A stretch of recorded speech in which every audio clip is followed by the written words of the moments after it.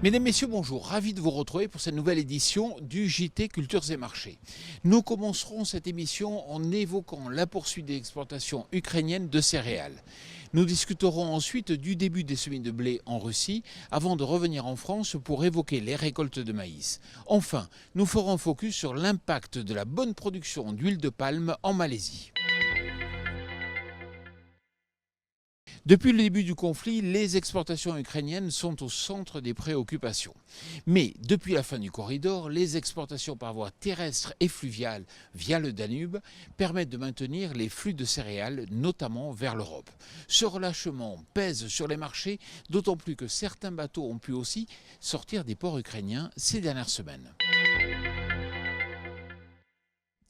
Les semis de blé débutent chez les principaux producteurs de l'hémisphère nord et notamment en Russie.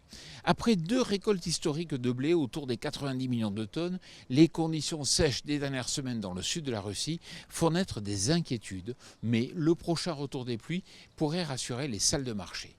Paradoxalement, la Russie prend de plus en plus de place dans les flux mondiaux. Le développement des blés russes sera donc déterminant pour l'évolution des prochains cours.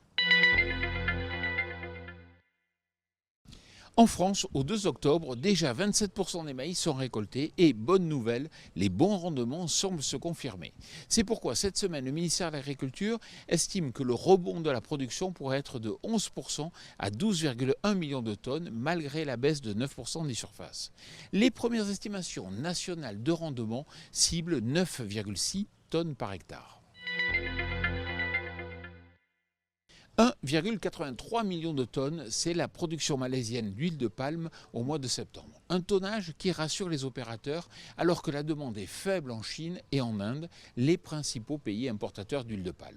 C'est pourquoi les cours de l'huile ont baissé à Kuala Lumpur pour atteindre un plus bas depuis juin. Par effet ricochet, l'ensemble du complexe oléagineux s'en trouve malheureusement pénalisé. Voilà, le JT Culture et Marché, c'est terminé. Je vous souhaite bien sûr une excellente semaine.